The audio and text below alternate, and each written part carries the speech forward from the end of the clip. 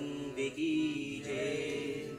जय उमापति महादेव की जय। उपस्थित भक्तजन, आप सभी का बहुत स्वागत करते हैं श्रीमान राजेश प्रसाद जी के घर पर, जिनको लोग बड़े प्रेम से मौलिकारों के नाम से जानते हैं, प्रसिद्ध है। और वे बहुत समाज सेवक प्राणी हैं। और आज उन्होंने सोचा कि अपने घर पर भगवान श्री रामचंद्र जी का जो कथा है उसका कथा को श्रवण करें। और धन्यवाद देते हैं जितने भी प्राणी आज उनके आंगन तले अपना शुभ पदार्पण को दिए हैं। आप सब बड़े भाग्यशाली हैं। हालांकि आज यम का दिया है और कई ऐसे लोग अपना पदार्पण को नहीं दे सकते हैं, दिए हैं, क्योंकि अपने घर पर जो यम का दिया निकाली है। और आप तो सब जानते हैं कि अगर एक दिया को आप जलाते हैं तो हमारा यह फर्ज बनता है कि हम उस दिया को देखभाल भी करें। कभी कभी ऐसा हो जाता है जो दिया है वो जल जाता है और अपना जो ताप को बढ़ा देता है और कई ऐसे कारण हो जाते हैं, तो हम दिए को दोष देते हैं। हमें दिया को दोष नहीं देना है, हमें अपने आप को दोष देना है, हमें उसको देखभाल करना है। तो धन्यवाद है आप सब प्राणी मात्र जो आज यहाँ पर अपना भव्य पदार्पण को दिए हैं।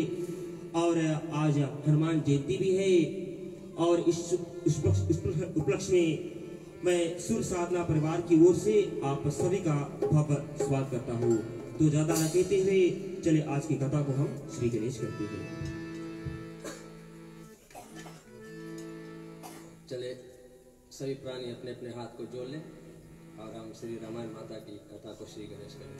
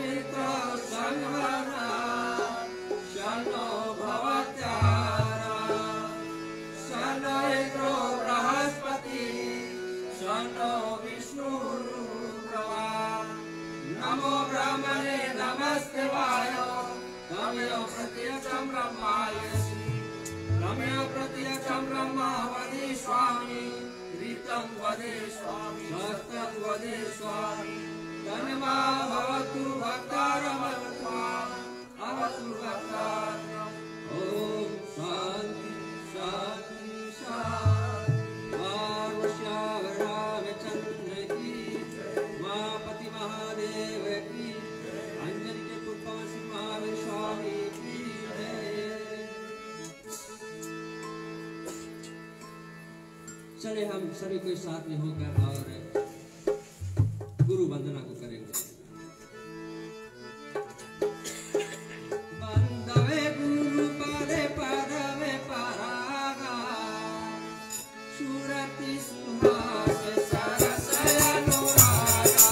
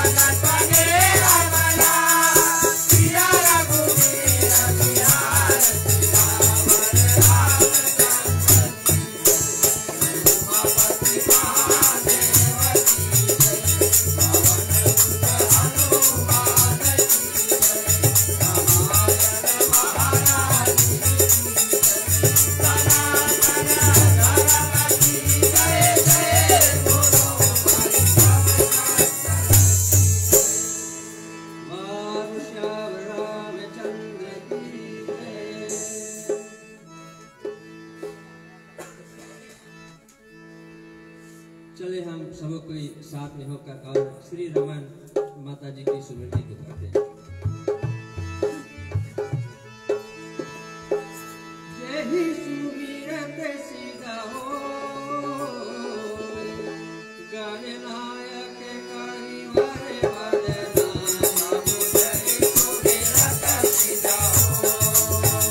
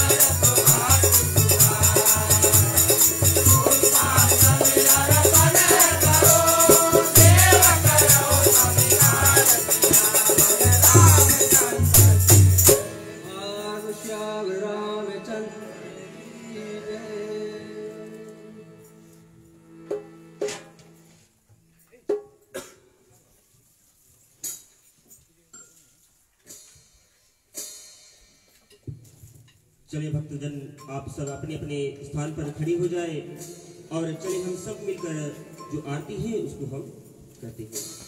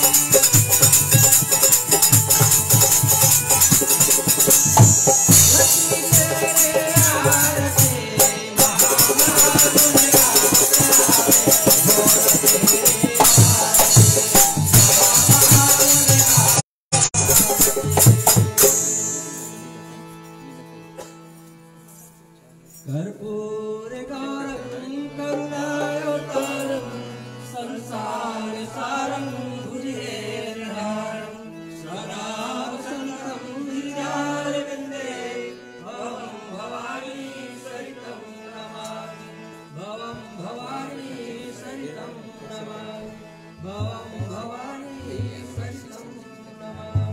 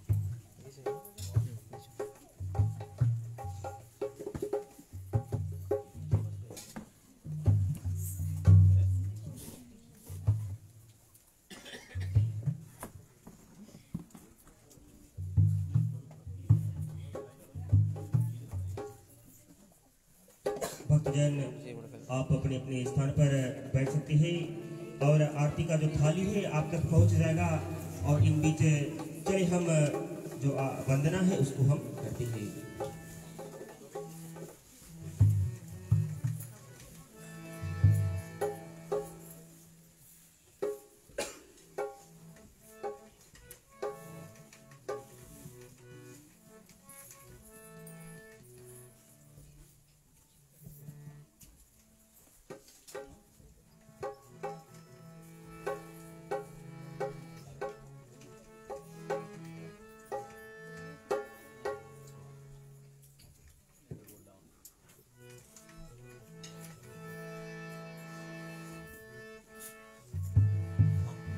वंदो चरना कमले रघुनाथने वंदो चरना कमले रघुनाथने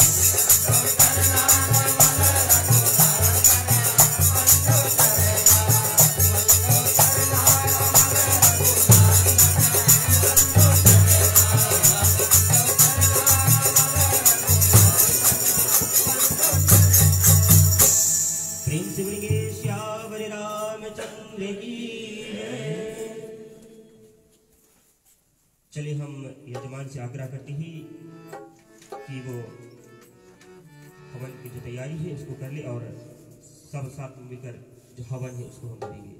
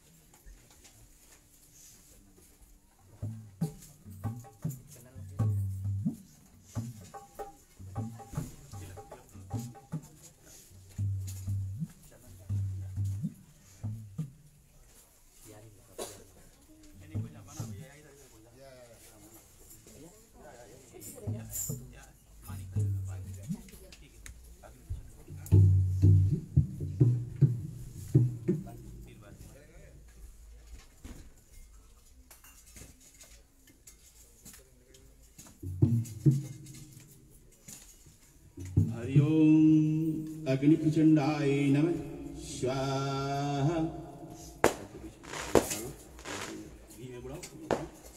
ओम शमिदाय यजुर्वेदाय नमः स्वाहा।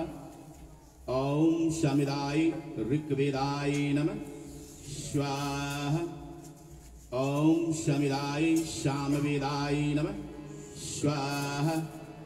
ओम शमिदाय यजुर्वेदाय नमः स्वाहा।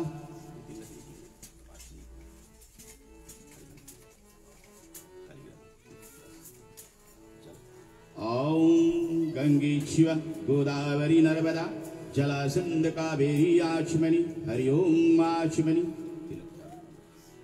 हरि ओम तिलकं समर्पयामि नमो नमः। ओम नमो तिलकं समर्पयामि नमो नमः।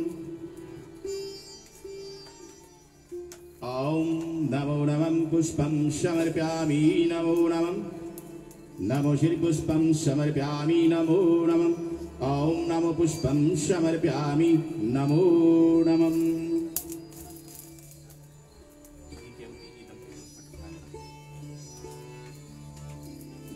ओम अग्नाय स्वाहा इदं अग्नाय इदं नमः। ओम प्रजापते स्वाहा इदं प्रजापति इदं नमः। ओम इंद्राय स्वाहा इदं इंद्राय इदं नमः। ओम सूर्याय स्वाहा इदं सूर्याय इदं नमः। ओम चंद्राय स्वाहा इदं चंद्राय इदं नमः। ओम भू स्वाहा इदं भू इदं नमः। ओम जनार्द स्वाहा इदं जनार्द इदं नमः। ओम तपा स्वाहा इदं तपा इदं नमः। ओम केशवाय नमः। ओम माधवाय नमः। ओम नमो नारायणाय नमः।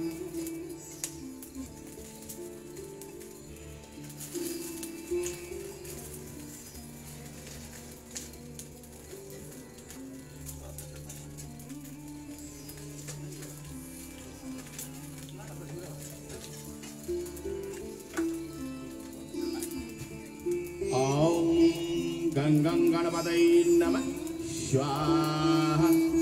ओम नमो भगवते वासुदेवाय नमः स्वाहा। ओम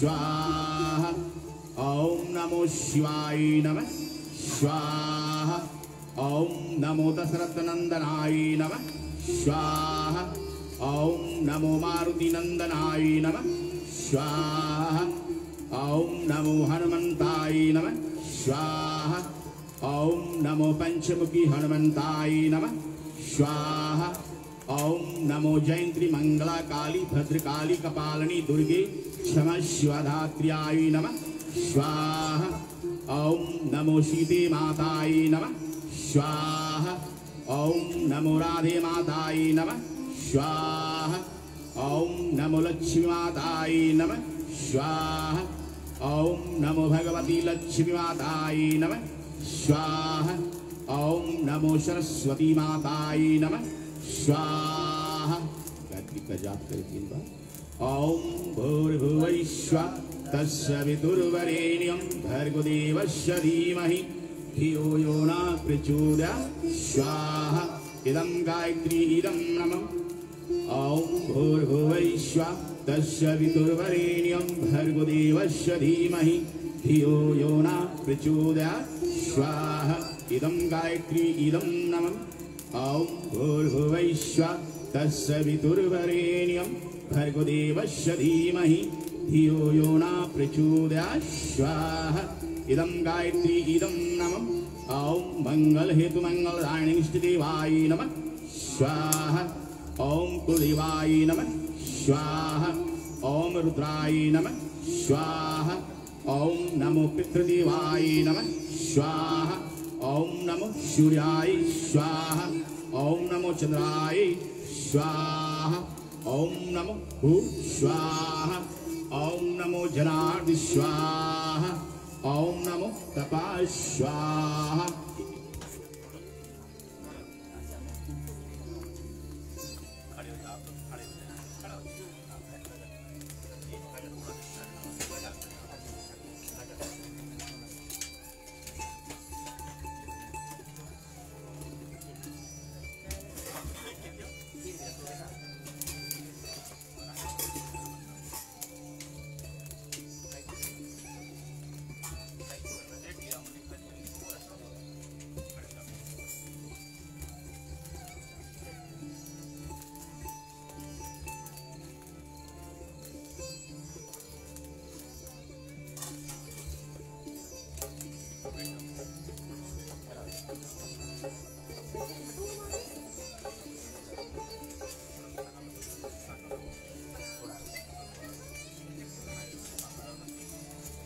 ॐ नमो सर्वनाहुत्याय नमः स्वाहा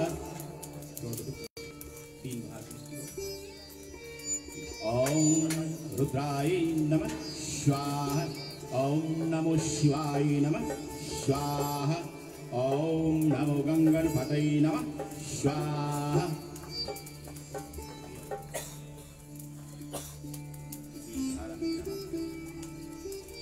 हरि ओम नमो वशोपावित्रमसि सत्यधारा वशोपावित्रमसि सत्यधारा वशोपावित्रमसि सत्यधारा सर्वे वे पुण्यो नमः स्वाहा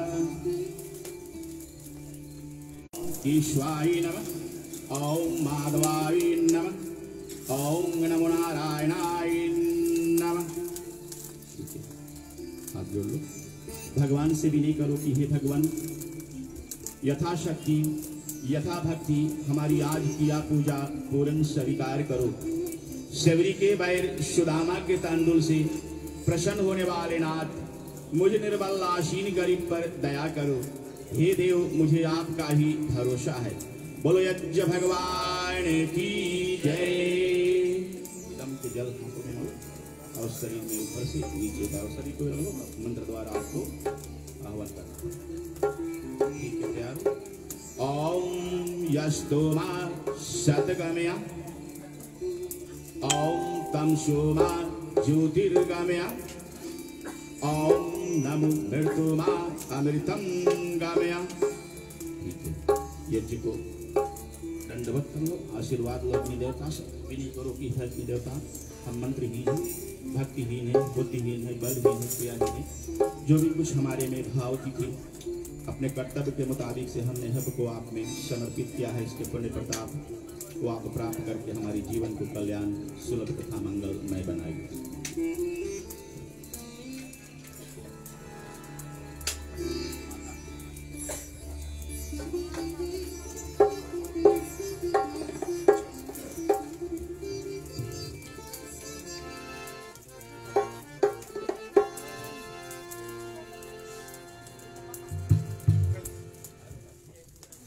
चले हम सभी कोई साथ में होकर और श्री रामायण माता को प्रणाम करेंगे, फिर कथा की ओर जाएंगे।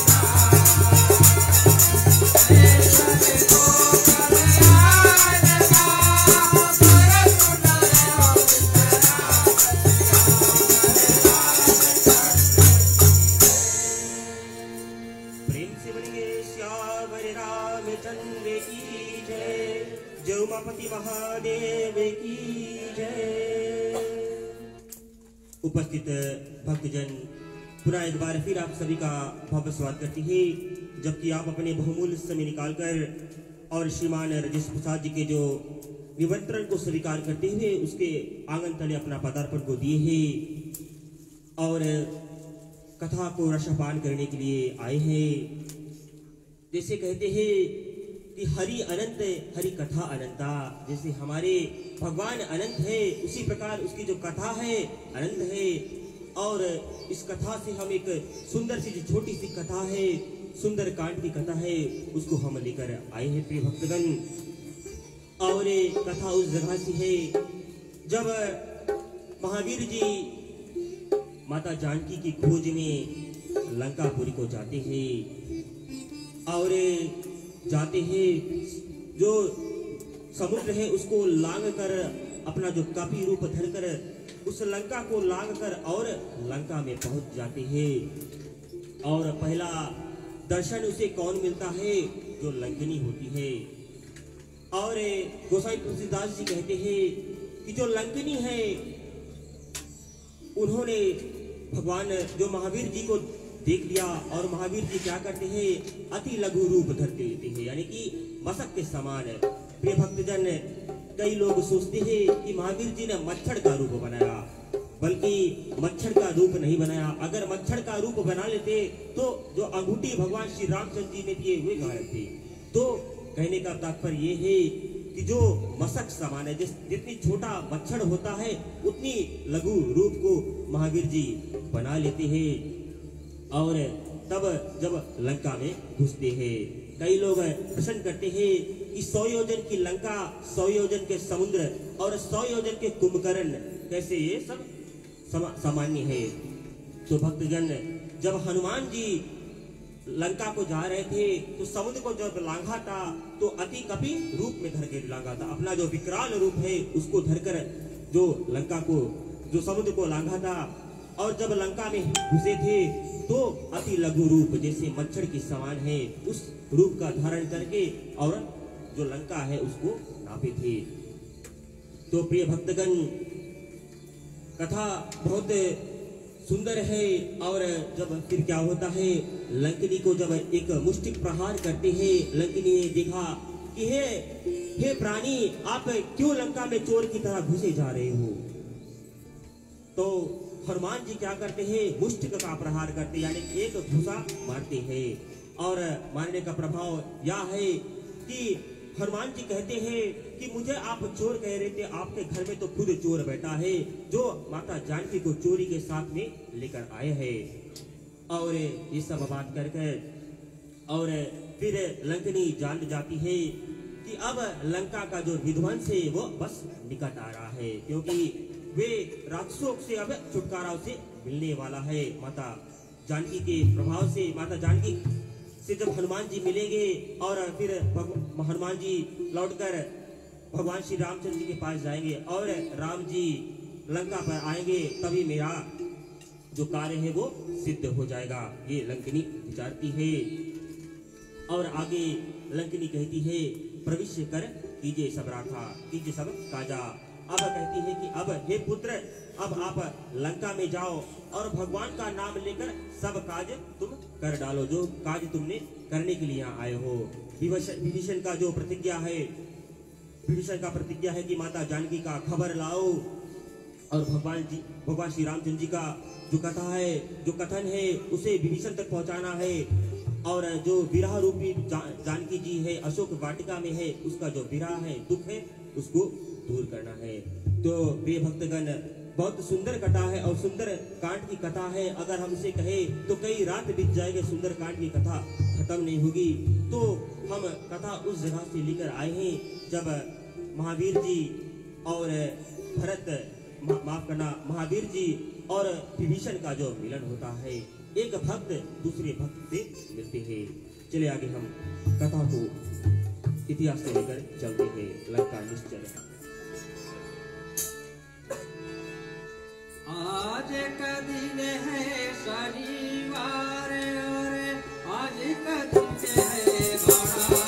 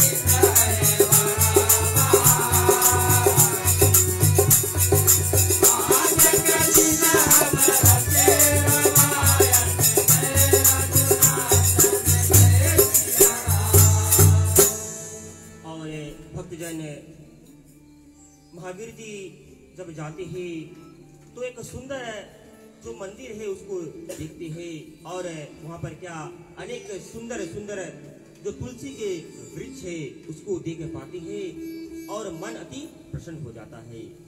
अगर एक आप खूंखार जंगल में चले जाओ और वहाँ पर एक छोटा सा मंदिर देख लो तो आपका मन कितना प्रसन्न हो जाता है, आप उसका अनुभव कर सकते हैं। तो आप सोचेंगे हनुमान जी वहाँ पर जब विभीषण एक राक्षसी रूप का राक्षसी जगह पर लंका में जाकर और सुंदर मंदिर और तुलसी के वृक्ष देखे तो उनका मन में कितना उत्पन्न आया होगा, उत्साह आया होगा। और आगे कहते हैं कि लंका निश्चर निकर निवासा, यहाँ कहा सज्जन कर वासा। अरे भगवान सोचते हैं, हनुमान सोचते हैं कि लंका में तो अनेक राक्षस रहते हैं, यहाँ कहाँ सज्जन आकर वास कर जाते हैं। लंका में अनेक राक्षसों का वास होता है और एक सज्जन का वास कैसे हो सकता है।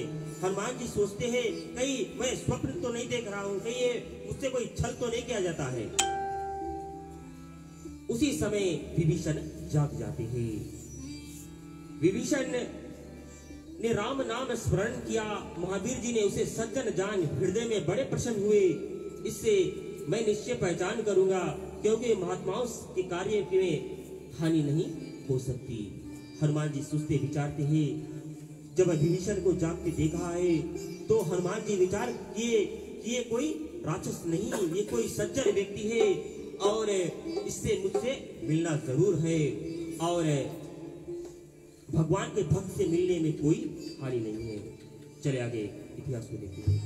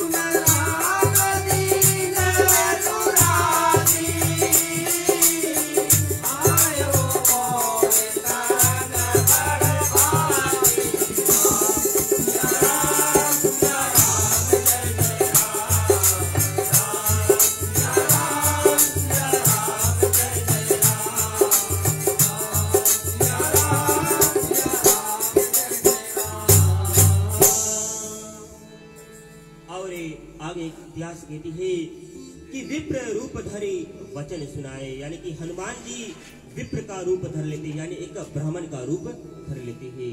प्रिय भक्तगण, रामायण कथा को हम सुने तो हमारा जो ग्रंथ है वह स्पष्ट करता है कि हमें ब्राह्मणों का आदर कितनी जस्ती हम ज्यादा हमें करना है।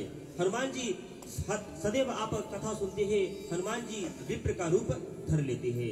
महावीर जी भगवान श्री रामचंद्र जी ने भी जब धरती पर आया था तो विप्रों को साथ ब्राह्मणों को साथ लेकर आया था। विप्र थे सुर संत हिता लीन मनुज अवतार। और महावीर जी ने ब्राह्मण का रूप धारण करके और विभीषण के पास जाते हैं। ब्राह्मण का रूप धर कर क्यों जाते हैं? क्योंकि वे सोचते हैं कि अगर राक्षस हो गए तो ब्राह्मण का सम्मान वे नहीं करेंगे। अगर कोई सज्जन पुरुष होगा तो ब्राह्मण का जो दर्शन करते ही उनका जो सम्मान है आदर पूर्वक, जैसे हम प्राणी मात्र करते हैं उसी प्रकार से वे ब्राह्मणों का आदर करेंगे। और महावीर जी से विभीषण जी पूछते हैं कि क्या तुम कोई नारायण के दास हो, क्योंकि तुम्हें देख मेरे हृदय बड़ी प्रीति होती है। प्रिय भक्तगण, एक भक्त को देखकर और दूसरे भक्त को जब मिलता है तो हमारा जो अंतःकरण है उसमें तेज प्रबल हो जाता है और उस तेज से हम जान जाते हैं कि हमारे समक्ष में कोई भक्त है कि कोई छलिया है, हम उसे जान जाते हैं अगर आप में उतनी बड़ी भक्ति होती है। और विभीषण में तो अविरल भक्ति है और वे उस भक्त को पहचान जाते हैं, महावीर जी को पहचान जाते हैं और कहते हैं कि आप दियों पर दया करने वाले मुझ दास पर आज दया करने के लिए आए हो। चले आगे हम दोहे को श्रवण करते हैं। तबे हनुमंत ही सभा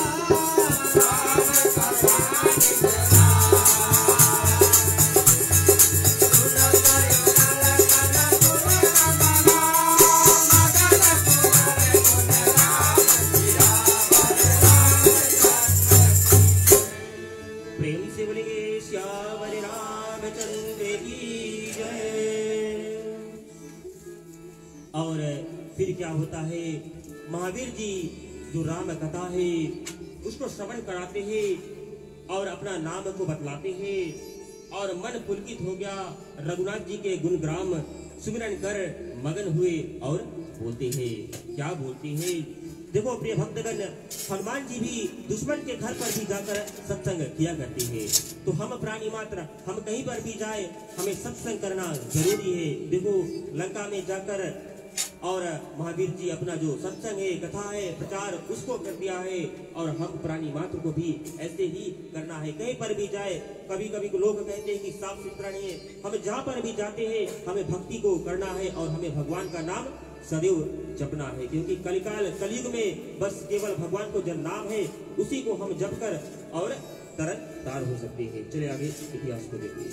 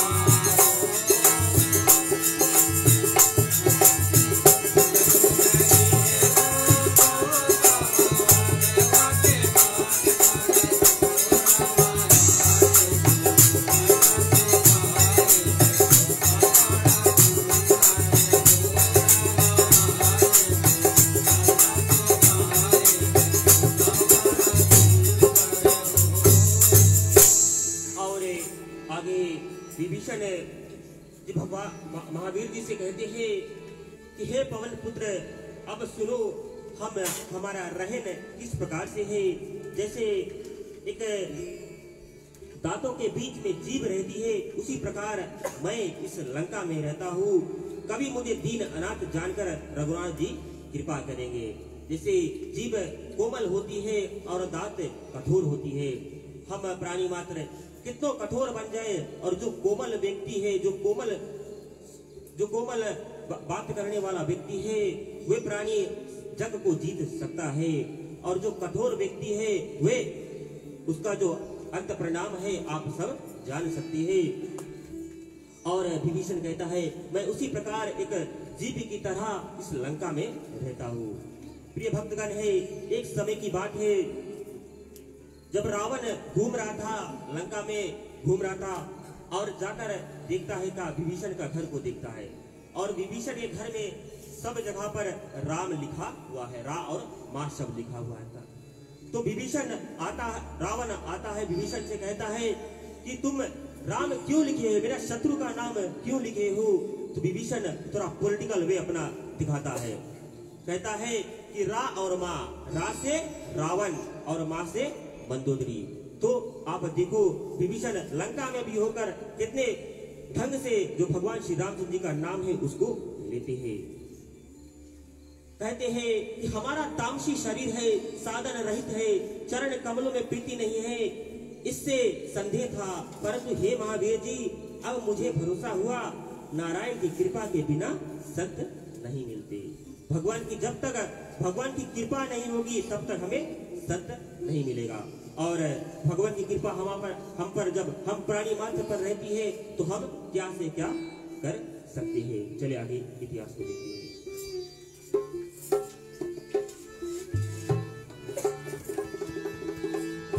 मेरे प्रभु जानते हैं बात घटे घटे की, मेरे राम जानते हैं बात घटे घटे की।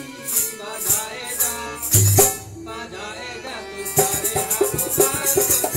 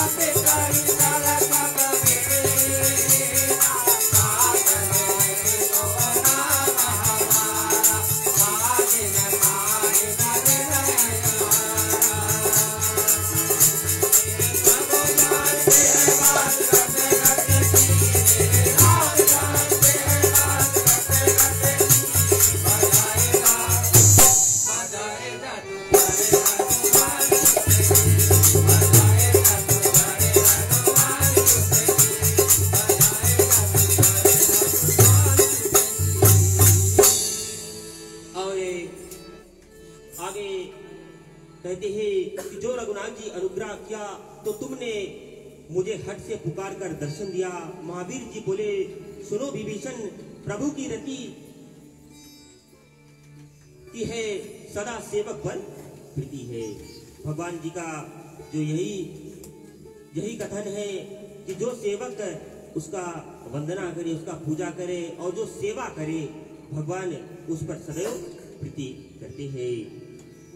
और महावीर जी विभीषण से कहते हैं कि तुमने जो कहा कि तुम्हारा जो तामसी शरीर है, और कहते हैं तुम तो कहे कि तुम तो तामसी शरीर वाले हो, और महावीर जी कहता हम क्या कुलीन है, जाति से शुद्ध वानर है, चंचल सब प्रकार से हीन है, जो प्रातः काल हमारा नाम ले ले तो उसे भोजन भी नहीं मिलता है। ऐसे महावीर जी कहते हैं तुम तो तामसी शरीर वाले हैं और हम बंदर का रूप लिए हैं, और प्राणी मात्र अगर हमारा नाम सुबह ले ले, बंदर कोई बोल दे बंदर, तो उसको भोजन भी नहीं मिलता है। चले आगे हम दोहे को श्रवण करते हैं। आसे में सखा सुनो,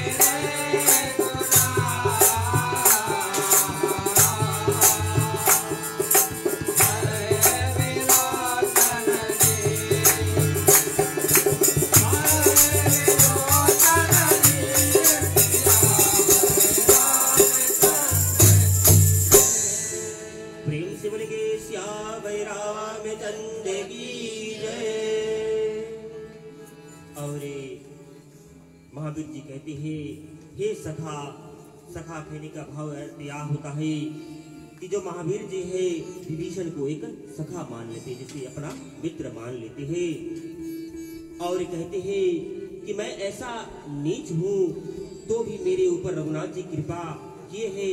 भगवान गुण स्मरण कर दोनों नेत्र से जल भराते हैं। भगवान श्री रामचंद्र जी मर्यादा पुरुषोत्तम श्री रामचंद्र जी है, वे ऊंचा नीचा नहीं जानते हैं। जैसे कहते हैं कि ऊंच नीच जे ते नर नारी, श्री रामायण सबको प्राणी सबको प्यारी। हम जो इस भूलोक में प्राणी है, प्राणी मात्र है, वे ऊंचा नीचा को देखते हैं। कहते हैं कि वो नीचा है वो ऊंचा है, हम जो भूलोक में है हम प्राणी ऐसे दिखते हैं, परंतु भगवान के लिए सब एक है। भगवान ऊंचा नीचा कुछ नहीं जानते हैं। चले आगे हम इतिहास को देखते हैं।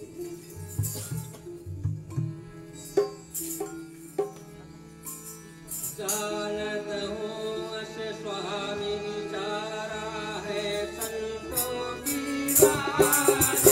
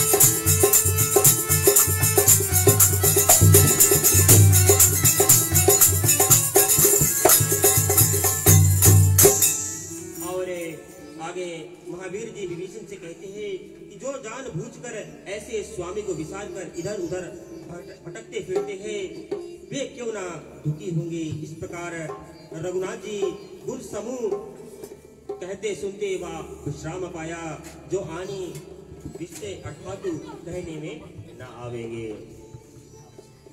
फिर वह सब कथा विभीषण सुनाई कि जानकी यहाँ ऐसे रहती है जैसे जनक अर्थात पिता के घर में पुत्री जहाँ तहाँ रहती है, अथवा जैसे जनक के यहाँ जानकी थी वैसे यहाँ है, अथवा जहाँ जानकी थी वहाँ स्थान बताया। तब महावीर जी बोले, सुनो भाई, माता जानकी को मैं देखना चाहता हूँ। और आगे इतिहास क्या कहती है। राम रामायण प्यारी हो रे हमें प्राणों से प्यारा,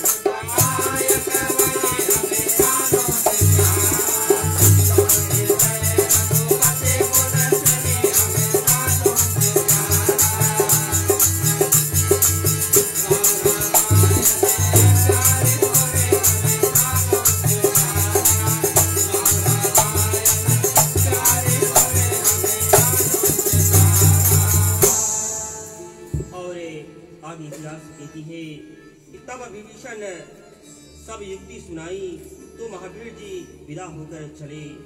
और विदा करने से विदित होता है कि अभी विभीषण इनका जाना नहीं चाहते, परंतु यह हटकर चले।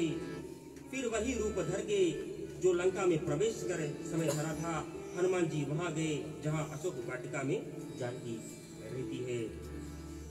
ऐसे प्रतीत होता है विभीषण से जब विदा मांगते हैं महावीर जी, तो विभीषण जान जाते हैं कि अभी वे लंका से जाएंगे नहीं, जाने से पूर्व मुझसे आकर फिर भेंट करेंगे। और विभीषण जी क्या करते हैं, उसको अशोक वाटिका का राह को बताते हैं जहां पर माता जानकी जी मर्यादा पुरुषोत्तम भगवान श्री रामचंद्र जी के विरह में बैठे और अति दुखी है। महावीर जी ने देखकर मन ही मन में प्रणाम किया। जिस समय बैठे हैं एक प्रहर रात्रि बीत जाती है, अथवा जानकी जी को बैठे बैठे दिन राति बीतती थी। जानकी जी का तन दुर्बल शरीर के बाल बांधकर एक बहनी हो गई थी। मन में रघुनाथ जी गुणवाद जपती थी। और माता जानकी के विषय में अगर थोड़ा वृतांत वर्णन करे तो माता जानकी है अति दुख में होकर और उनका जो शरीर है दुर्बल हो जाता है। और महावीर जी जान जाते हैं कि माता जानकी है अति दुख में है और मन में भगवान का जो स्मरण है उनका नाम को जपा करती है। चलिए प्रिय भक्तगण, रात्रि काल की जो अंतिम दुआ है उसको हम श्रवण करते हैं।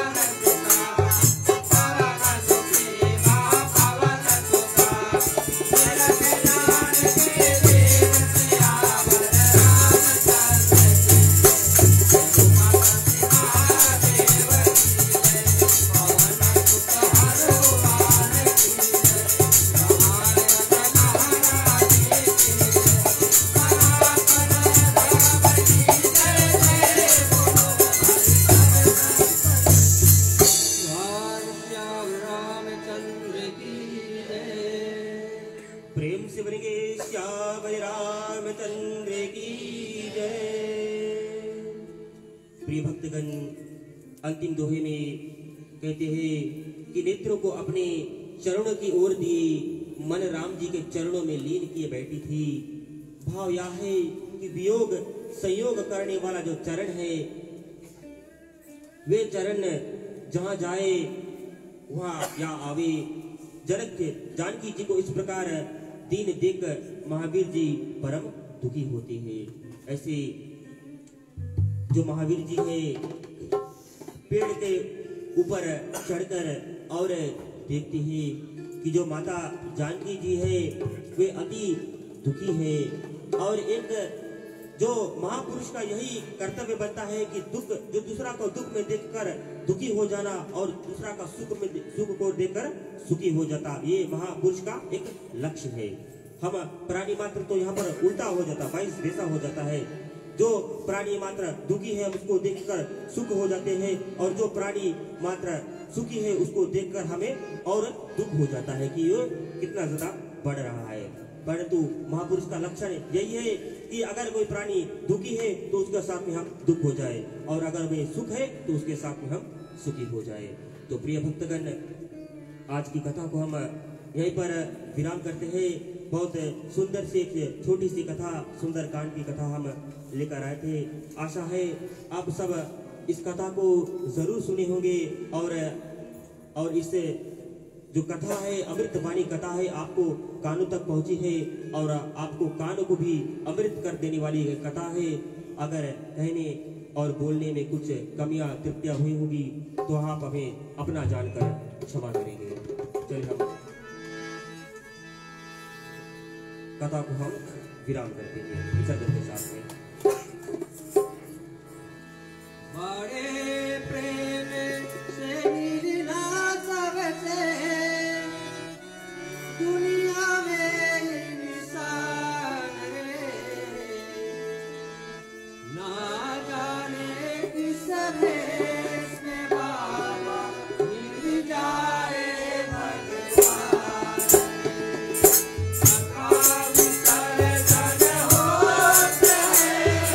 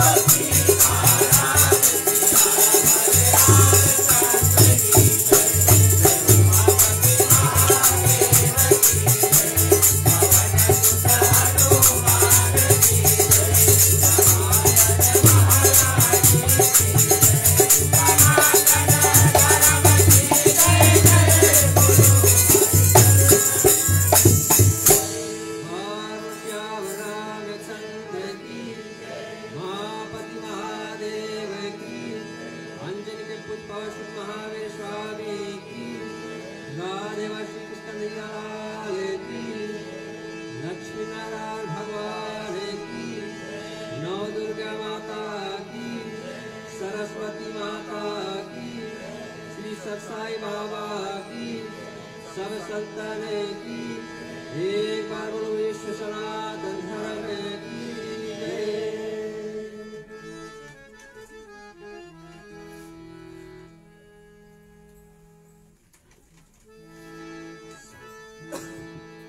चले सभी प्राणी मात अपने अपने हाथ को जोड़ लेंगे और हम शांति पाठ करेंगे। तुम्हें हो माता पिता, तुम्हें हो बंधु जा सखा, तुम्हें हो विद्या द्रविणम, तुम्हें हो सर्वं मम देव देवा, तुम्हें हो सर्वं मम देव देवा, तुम्हें हो सर्वं मम देव देवा। सबे कुछ दीनाया करे, भेंट करूं क्या ना, नमस्कार का भेंट लूं, जोड़ के दोनों हाथ, यावर रामचंद्र की जय। ओम भव शांति, अंतरिक्ष गुण शांति, पृथ्वी शांति, आपा शांति, दोष दया शांति, वनस्पति शांति, विश्वदेव शांति, ब्रह्मा शांति, सर्वभूम शांति, शांति रेवा शांति श्यामा शांति रेधि। ओम शांति शांति शांति।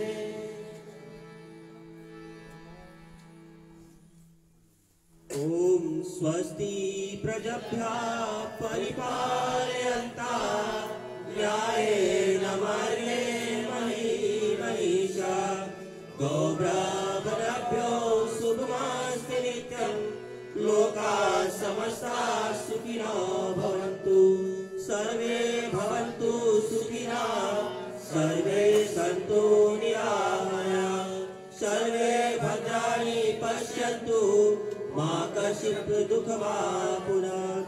अपुत्राणां पुत्राणां सन्तो, पौत्राणां सन्तो पौत्राणां, निधनां सदनां सन्तो, जीवन्तु सर्वदा सार्थं।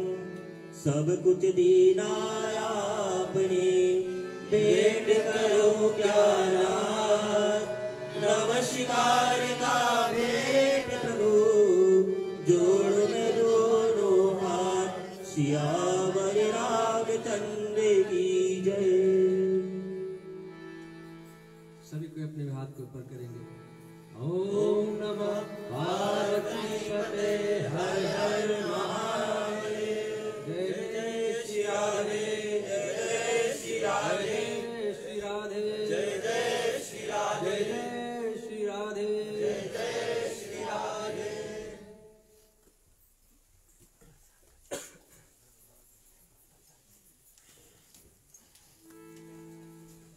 प्रसाद का वितरण करें और हम जो पंचामृत है उसका आप वितरण कर दें, और हम जो प्रसाद मंत्र है उसको हम गायन करेंगे।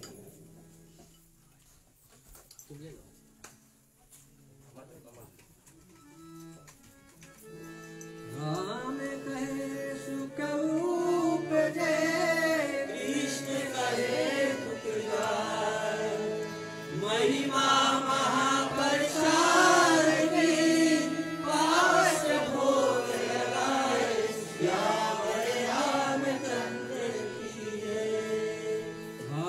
श्यावर रामचंद्र की जय।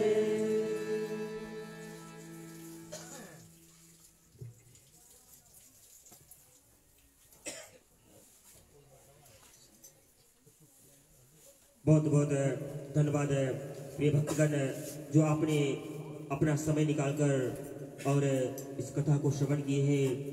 इन बीच हम देखते हैं मामा शंभूलाल जी का पदार्पण यहाँ पर हुआ है और इस परिवार से उनका जो लगाव है बहुत ज़्यादा है।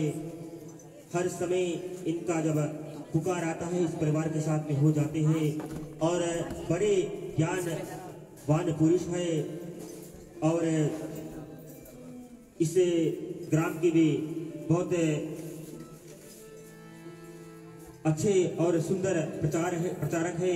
आज उनका यहाँ पर पदार्पण हुआ है, तो ऐसे प्राणी को हम पाकर धन्य हुए हैं। चले हम उनसे आग्रह करते हैं कि यहाँ से आगे का जो कार्य है उसको करेंगे और कुछ जो भक्त वत्सल बात है उसको बताकर हमको कीर्तन करेंगे। चले मामा शंभूलाल से।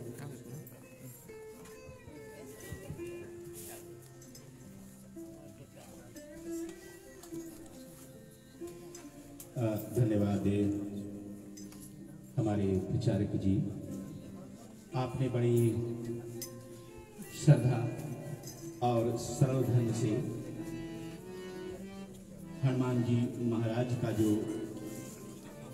लंका में प्रवेश होने का चरित्र है उसको हम सब भक्तों को रसापान किया। हम अपने आप को अपने श्रोताओं के साथ में अपने परिवार की ओर से अपनी आभार व्यक्त करते हैं। प्रिय उपस्थित जन समूह, जबकि कथाओं के अंतर्गत में आप लोगों ने यह बात सुना कि जबकि हनुमान जी महाराज लंका में प्रवेश करते हैं तो लंका में सभी ओर निशाचर ही निशाचर वास करते थे, लेकिन धर्म का सूची रखने वाला केवल एक भविष्य ही था। और यहां पर एक बड़ी सुंदर ज्ञान हम सभी लोगों को मिलती है कि अपने आदत से परिपूर्ण होकर के जब कोई भी व्यक्ति किसी एक नया स्थान पर पहुंचता है तो उसका लायक का जो भी कोई व्यक्ति होता है वो आप रूपी उसको ढूंढने में समर्थ हो जाता है। नमूने के तौर पर हनुमान जी महाराज एक धर्म की आचरण यानी कि धर्म की सूची को लेकर के लंका में प्रवेश किए थे और लंका में सभी ओर निशाचर ही निशाचर थे। ये केवल भविष्य था और भविष्य धर्म का नायक था, धर्म की सूची को रखने वाला था। और क्या होता है, हनुमान जी महाराज जाकर के उसको भली भांति से सरल रूप से ढूंढ लेते हैं और जब ढूंढते हैं तो अपने परिचय में भविष्य बताता है कि सुनो पवन सुत रहन हमारी जिमदातन में जीव विचारी, कि हे पवन देवता, हम यहाँ पर उस भांति से रहे हैं कि जिस प्रकार से 32 दांतों के भीतर में जीव रहती है। और इस शरीर के अंतर्गत में यह बात भली भांति से हम जाने कि जीव कितनी बड़ी काम करती है हमारी जीवन हमारे शरीर के लिए। हमें किसी भी एक चीज का स्वाद को अगर जो लेना है तो जीभ ही उसको बताएगी और पेट हमारा जो है वो केवल भरने के वास्ते उसको हम भरते ही रहेंगे, लेकिन वो कभी यह बात नहीं बताएगा कि इसका स्वाद क्या है, या खट्टा है या मीठा है, बल्कि जीभ में वो सामर्थ्य होती है, वह शक्ति होती है कि भली भांति से जो भी कुछ खान पान करते हैं हम उसका स्वाद जो है उसको हमें परिचय के रूप में देता है। तो इसी प्रकार से भविष्य लंका में रहा करके और एक राम का नायक बना था। मेरे भक्तगण, राम का नायक का विशेषता यह होता है कि धर्म पर चलने वाला प्राणी धर्म का नायक सदैव होता है। 32 और 40 और सभी और राक्षस ही राक्षस थे, लेकिन केवल एक भविष्य अपनी धर्म का जो मर्यादा है उसको पालन करने के लिए वहां पर अपना मर्यादा को पालन करता था। तो प्रिय जन समूह, इन सब बातों के सामने हमारे पास में यहाँ पर कुछ और ऐसे कार्य है जिसको करना है।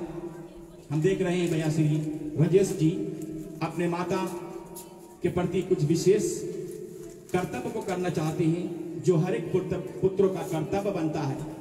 प्रिय उपस्थित सभी जन समूह, माँ शब्द का जब हम पुकार करते हैं, माँ शब्द का जब हम संबोधित करते हैं तो हमारी रोने जो है वो खड़ी हो जाती है। क्यों? क्योंकि माँ जो है वो हमारी जननी है। जननी का विशेषताएं यह होता है कि अगर जो माँ ना होती तो यह संसार ना होता और हम और आप कोई ना होते। लेकिन आज वर्तमान समय के अंतर्गत में कुछ कुछ स्थानों पर कुछ ऐसी चीज को देखने को मिलता है मेरे श्रोतागण कि एक माँ 10 बेटों और बेटी को पाल पोस करके प्रवस्ती करके उनको अपने पैर पर खड़ा कर देती है, लेकिन उस 10 बेटा बेटी जो है वो एक माँ का प्रवस्ती करने में कभी कभी असमर्थ हो जाते हैं। ये हमारी जीवन की आधार नहीं है, ये हमारी जीवन का कर्तव्य नहीं है मेरे भक्तगण। अगर जो ऐसा कर्तव्य पर कोई भी बच्चा कोई भी प्राणी है तो आज से हमारे यह संदेश को सुन करके और अपना जीवन का या मार्गदर्शन को बदल करके और अपने माता के श्री चरणों में चला जाए। आज भाग्यशाली वह प्राणी है कि जिनकी माता पिता जीवित हैं और जिनके नहीं हैं वो तो केवल कल्पना करते हैं, केवल सोच करते हैं कि हमें क्या करना था और क्या नहीं कर पा रहे हैं, जो भी कुछ करना था आज उससे वंचित है। लेकिन भाग्यशाली आप भैया श्री राजेश जी ने अपने माता का जो सेवा है उसको करने के लिए अपने पितृयज्ञ के लिए यहाँ पर उपस्थित है। हम उनसे विशेष आग्रह करते हैं कि अपने बेटे के साथ उनके बेटे जो है उनको बुला ले, आप दोनों मिल करके अपनी माँ का विशेष जो आरती है उसको आप करके उनसे आप पावन पावित आशीर्वाद को आप ले सकते हैं। फिर जन समूह कुछ ऐसे कार्य होती, कुछ ऐसी बातें होती है, कुछ ऐसे बातें होती हैं, कुछ ऐसे कर्तव्य होती हैं कि जिसको हमें जानना जरूर। पहले हम अपने माता को तिलक करेंगे, शनामित यानी कि चरण को धोएंगे। आप आरती रख दीजिए, नीचे जल ले लीजिए किसी एक थाली में। यहाँ पर आप माता जी आप लोटे से पानी को छोड़ेंगे। भैया आ जाओ भैया, आप यहाँ लगाओ। ओम मंगलम भगवान विष्णु मंगलम गरुड़ध्वज मंगलम पुंडिका छाया मंगलाय तनोहरि। ठीक है, पोष कीजिए, बगल कीजिए।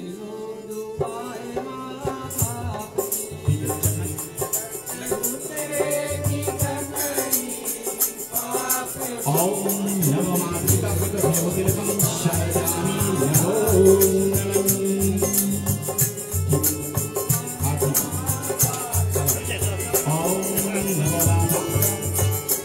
पुष्पमालं समर्पयामि नमो नमः।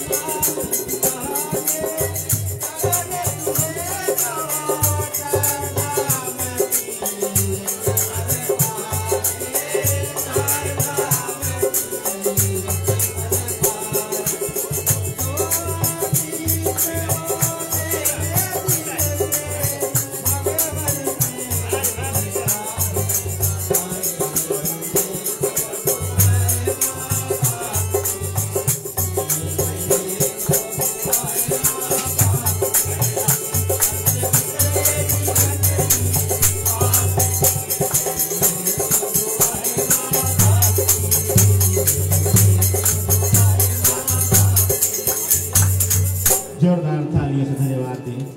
प्रियजन समूह, अक्सर देखा जाए वर्तमान समय के अंतर्गत में आज की होने वाले जो प्राणी हैं, जो कुछ खास तौर पर नहीं करना है उसको करने के लिए हमेशा हर पल तैयार रहते हैं। और वो क्या होता है कि जब माता पिता का मृत्यु हो जाती है तो मरने के बाद में उनकी बहुत बड़ी कर्तव्य को करने के लिए वे सभी समाज के सामने विराजमान हो जाते हैं। लेकिन हमारी इतिहास और हमारी जो कल्चर है, यानी कि हमारा ट्रेडिशनल जो है, बात कहती है कि वह बहुत विलंब हो जाता है। जो भी कुछ करना है हमें अपने माता पिताओं को जीते ही जीते अपने कर्तव्य को जता देना चाहिए, क्योंकि माँ एक ऐसी कर्तव्य को जताई है कि जो कर्तव्य को संसार में कोई किसी प्राणी कदापि न जताया है और न जताया सकता है। यानी कि विशेषता सरल ढंग से अगर जो देखा जाए तो 9 मास तक एक माँ अपने ओते में इस बच्चे को रख करके कोई भी प्रकार का संकट इत्यादि आती है वो माँ उसकी सहन करती है। और यहाँ पर क्या यह विषय आती है, क्या पूछा जाता है कि अगर जो सच पूछा जाए और सच कहा जाए तो माँ के गर्भ, यानी कि संसार की सबसे बड़ी यूनिवर्सिटी माँ की गर्भ होती है। यानी कि संसार की सबसे बड़ी जो यूनिवर्सिटी होती है वो माँ की गर्भ होती है। जिस यूनिवर्सिटी में आज वर्तमान में बच्चे हो करके और तमाम धन को खर्च करके और वहां पर जा करके विद्या को लेना चाहते हैं, लेकिन हमारी इतिहास और हमारी संस्कृति बताती है कि माता के गर्भ से भरा बड़ा यूनिवर्सिटी कहीं पर नहीं हो सकता, क्योंकि 9 मास तक जो बच्चा माँ के गर्भ में रहता है, माँ की जो वातावरण होती है, माँ का जो खान पान होती है, माता का जो व्यवहार होता है, वह सब प्रभाव उस बच्चा के ऊपर पड़ता है।